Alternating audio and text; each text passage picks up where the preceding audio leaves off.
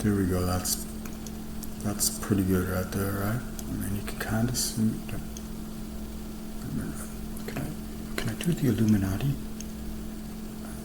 It's kind of a generic one because I can't really do the triangle that well. I'm doing the right eye though. That's the logical eye, the rationale. At least if you're a righty. If you're a lefty, it might be otherwise. I don't know. I haven't done enough studies. Just going by intuition, imagination, insanity, the sixth sense. That's the only way to make sense of the world.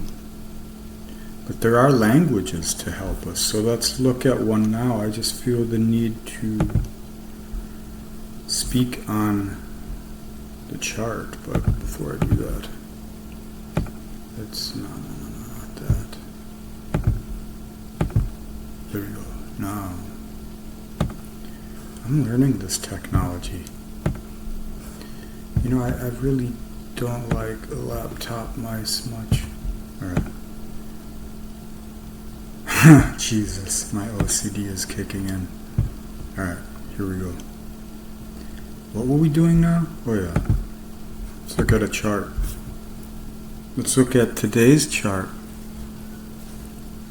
10:30 a.m.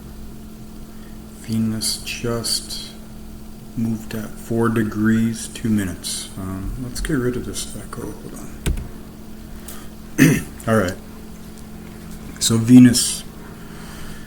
Wow. Venus is on the MC right here, right now. You can see at the top of the chart. Now, the top of the chart is actually the southern hemisphere. The north of the chart is this nocturnal hemisphere. It's under the earth. It's kind of weird, this is the east, and this is the west, and this is the north, south.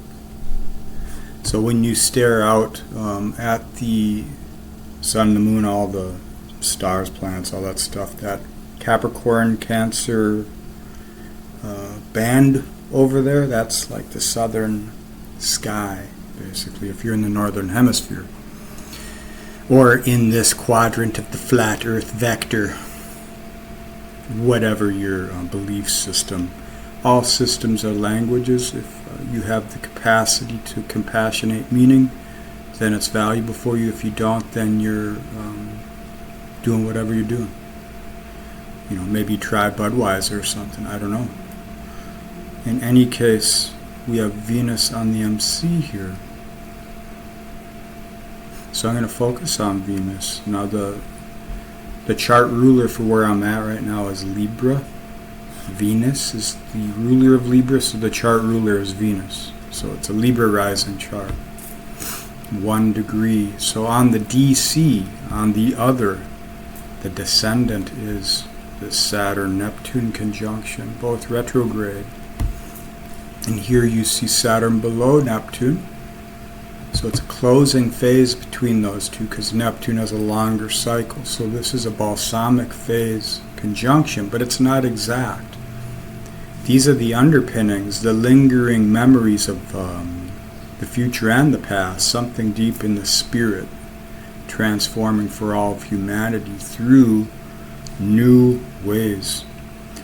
But as you know, before you can start new, the old has to close. So energies, cycles. Now you also see Mars here rising in the 12th house, 27 degrees of Virgo. So I'm speaking to this Mars, Venus, Neptune, Saturn. I see the moon here in an opening quincunx. I see Pluto in a closing. So this is a yod, a finger of God here. In opposite of 4 degrees. Cancer is 4 degrees of Capricorn. Just falling inside the 4th house conjunct the IC. MCIC. So the deep unconscious, the roots, your family, the past, what are you bringing forward into reality? maybe you got to go back to what that could be. Where are you coming from? What are your roots? What is the love denied which needs to be expressed in this reality at this time? Alright, so with all that said, talking about the things that are coming up, in this energy, anyone or anything that comes to you at this time is a remembrance of the past. And it's a lingering remembrance of the future as well. So like the circle, like the spirals, they go up and down. You can return down or you can go up. High vibe, low vibe. We make the choices every day in the mundane world. But the seasons are similar. It's just us that changes. Climate change is one example. The Earth, all planets in the solar system, everything warms and cools. Okay? We're all connected. It's all connected. We can't affect the Earth unless we nuke everything. We can affect it for us and other life forms, but the planet will readjust itself. Likewise, things out in this sphere of comprehension, it moves to the solar system, to the universe, the cosmos, to the conception itself. Alright, so this Venus at 4 degrees Cancer, what's the good in what you feel? What's the good in where we come from, where you come from, what you're creating, where you're moving towards? We move into the shadow and the light consciously and unconsciously. And when we do so unconsciously or consciously, we're digesting psyche. Emotions live in us. These are entities, these are gods, these are connections of reality, creative, destructive forces that are bound to the fabric of form. Just like our sense of self. Alright, so opening quincunx, what are you working through? What is your unconscious coming through as? Are you getting communication from the past? Are you getting communication from your dreams? Are you getting communication from someone right here, right now, today? Maybe within the past 12 hours? What comes up in you? What do you feel in that? What are you transforming? Maybe like me, I didn't sleep very well. I was going through a lot of dreams where I was in boot camp.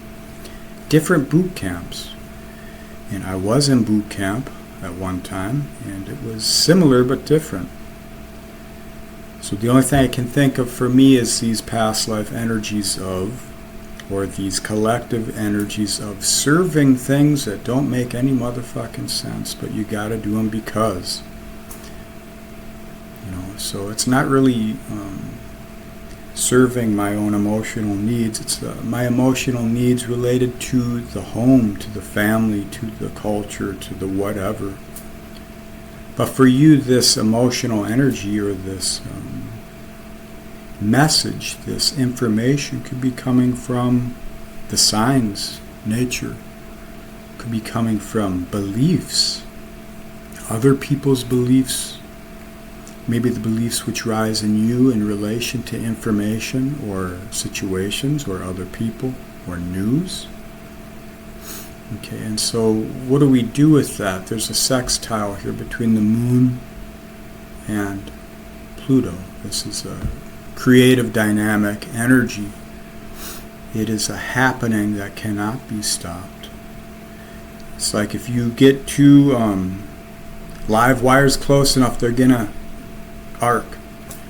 That's what the sextile energy is to me. Alright, and so that's Pluto is the closing quincunx here, the transformative operation of this Venus in our emotions right here, right now. And it's in the new realm, it's in Aquarius, breaking the conditioning of the patterns. It is so old, it's new. And why? Because Uranus is the first nen. It is the eternal memory of all creation. It's the pulse of life. And Uranus is the modern ruler of Aquarius. And Saturn is the eternal father-child. But in that dynamic, the crone is given birth, and the void of potential is given meaning, and so the yin cultivates and generates the yang in this operation. Alright, so what have you compromised emotionally? What have you felt you needed to compromise for others, for your family, for the expectations? What new budding transformative operations, situations, experiences are rising in you through others and through all the things I talked about, all the signs? What belief structures are transmuting here? Maybe you believed one thing about someone or some situation. Right now, that's in a transformative operation. You're starting to get the memories of the past and see them in new ways. So the past is bridging to the future here, and it is that spiral I'm talking about. You know, summer is summer, but sometimes it's a shitty summer, sometimes it's a good one. That can be incumbent upon weather, you, and the situation of the world. So this is the type of energy I'm feeling. What can you do right here, right now, that brings this compromise, the abandonment of your value? How can you honor your feelings in a way that not only gives language to what you feel, breaking through the limitations of your own belief, but also honors the process of not exactly knowing what something is, not naming it, not labeling it? How can you allow something to lead you in a flow, emotional flow, with this transformation here of Pluto? And Pluto is trining. There's a grand air-earth trine here with this Mars, Pluto, Uranus dynamic, and the ascendant here, right now as I'm speaking. What is building? What is being realized in your passion, in the Mars energy? How can you use that to elevate your Venus? Because Mars and Venus are connected here, the yin and the yang of the conscious awareness of our love and our passion. So you ground it through 4 degrees of Capricorn. What do you have down there? What do you remember from the structures, from the systems, from the fraternal, the outward expression of expectation from others or yourself? What did you forget about where you wanted to go, what you wanted to be, how you wanted to live in this world? How can you reclaim that? Are other people giving you the cues? Are they speaking the language to you? Is the world giving you the signs to help you reach that? So right now, past life, lovers, friends, enemies, dynamics could be rising for you. And you'll see that these past life energies, or these patterns of what could have been deep in your psyche, are rising again in a new way. Are you going to link to that, connect to that through new ways? How can you link to that through new ways? How can you compassionate a sense of your own value in a way that makes what you want to do, what you got to do, and what you have to do actually good for you? This is how we build this energy of transmutation through this rebirth of Saturn, Neptune, Venus, Mars, pretty much any planet that goes to the 0 point of Aries, especially the past year or so, which is nearly all of them except for the outers, other than Neptune, and some of these asteroids perhaps. How can you honor that? How can you bring that into your conscious awareness? So, what has come to you within the past 12 hours? And what might come to you within the next 12 hours? Make notes of these signs, of these things. Try and understand what that could mean for you. Just write down what you want, what you desire, what you don't want, and what you expect through all the information, and then objectify it in a way where you're looking 10 years into the future. Is what you want what you need to get you to where you're going? Is what has been what's going to replicate, or is it just the ghost of a memory of the past? Try and bring some future energy into this here-now moment so that you can detach the emotional, subjective hooks of trauma and shadow enough to see the movement in your life and your progression in this world. So that's all I wanted to say for today. So thanks for watching, listening, and being.